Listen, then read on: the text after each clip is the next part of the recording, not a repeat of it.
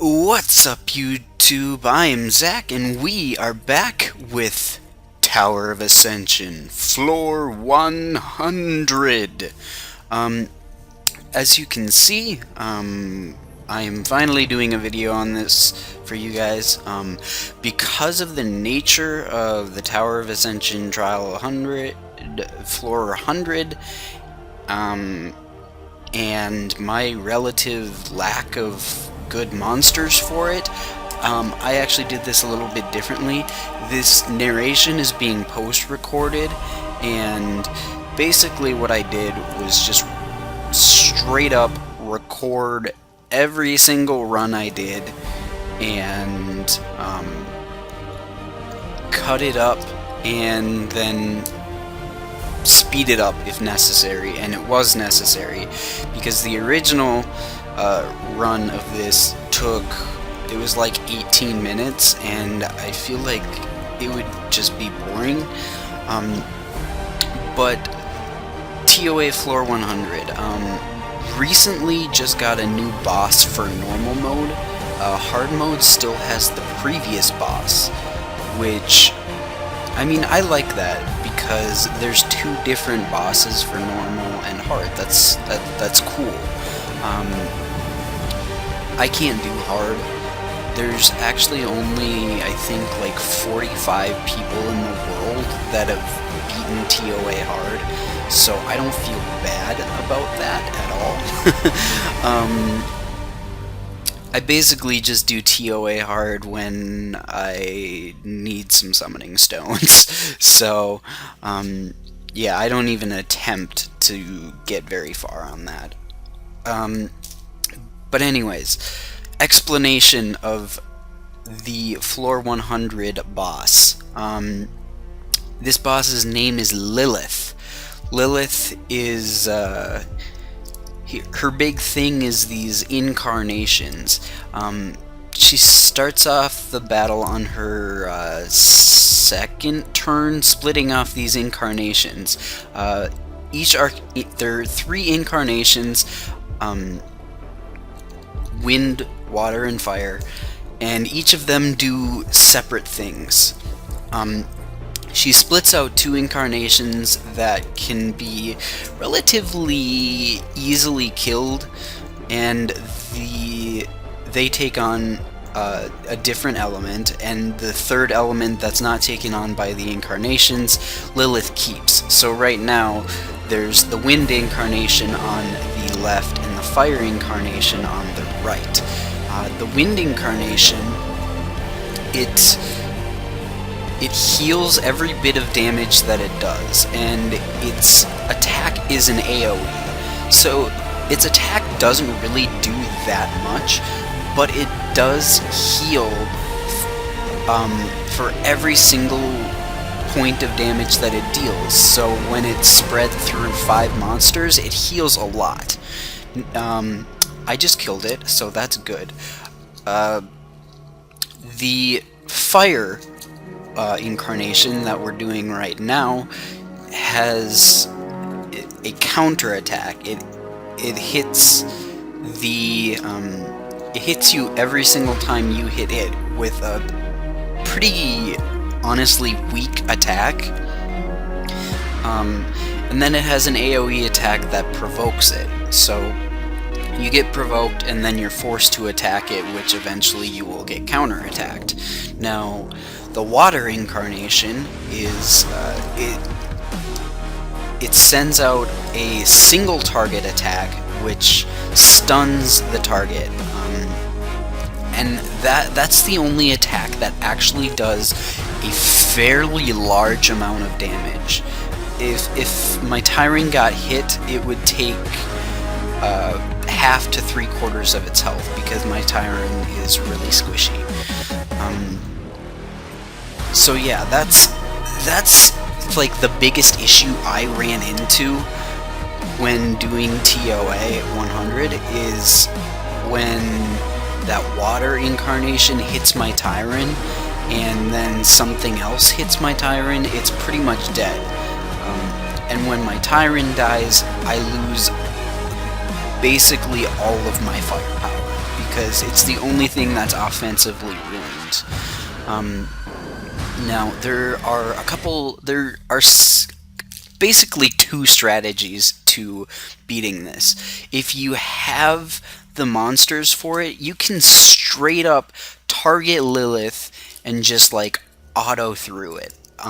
I don't have the best monsters or runes to do that, so the second strategy is to take out the incarnations, because if you take out the incarnations at the end of 5 turns, of 5 of Lilith's turns, and Lilith has a pretty slow attack speed, so that actually takes a long time. She'll absorb the incarnations that she has sent out, and if both of the incarnations are dead at the end of those 5 turns, then she stuns herself for 1 turn, and you know 1 turn is quite a lot. So that's usually the easiest way to do it. It's probably the preferred method by most people, but it also takes a long time. as you can tell, this video is sped up 175%. So yeah, and you'll see at the end here, I kind of shift my strategy. Guys, if you are ever to this point and you get the boss really low and then she splits out incarnations, I'm gonna tell you right now, it's probably best just to take her on if you know you can kill her before she fuses the incarnations. Now, as a word of warning, if this happens and she becomes the wind incarnation, that's a different story, because every time she hits you, she can heal a lot of damage. So, yeah. Now, the main like strategy monster-wise in TOA 100 is attack bar boosting for your monsters, attack bar decreasing on Lilith and her incarnations, and then a whole bunch of healing, and then maybe one pretty significant nuker. That's basically the team makeup I have here, without the attack bar reducer, because I don't have Hua. Hopefully I will have Hua, but that's usually the best team makeup to go up here. Now you'll see I'm just kind of fed up here, so I think I can kill the boss without killing the incarnations first, because she's the water incarnation. If I get a defense debuff, I'll be doing decent damage. Oh, that's right, the water incarnation has significantly increased defense. So the water incarnation is probably the hardest incarnation to defeat, but if you get a defense debuff on it, you should be able to do it. And there we go, it's been cleared. Gonna quick do a arena match. I actually beat that guy that I passed up on. I barely beat him because he violent rune procced me, but yeah, I beat him, and if I win this match right here, I will be back to Conqueror 2. Finally. That's probably one of the hardest barriers to break, is from Conqueror 1 to Conqueror 2. Just because Conqueror 1 defenses are actually kind of hard, but when you get into Conqueror 2 defenses, they're basically all the same, like, defensive teams that you can beat with your own defensive team. But yeah, not even going to talk about Guardian, because Guardian is too ridiculously hard. But yeah, guys, as this video winds down, I really hope you enjoyed this video. Hopefully I've given you some insights on this.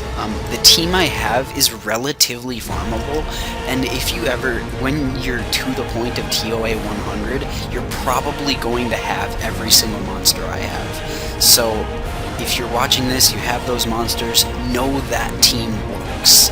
So yeah, with that, I'm gonna call it a video, and I will see you guys next time.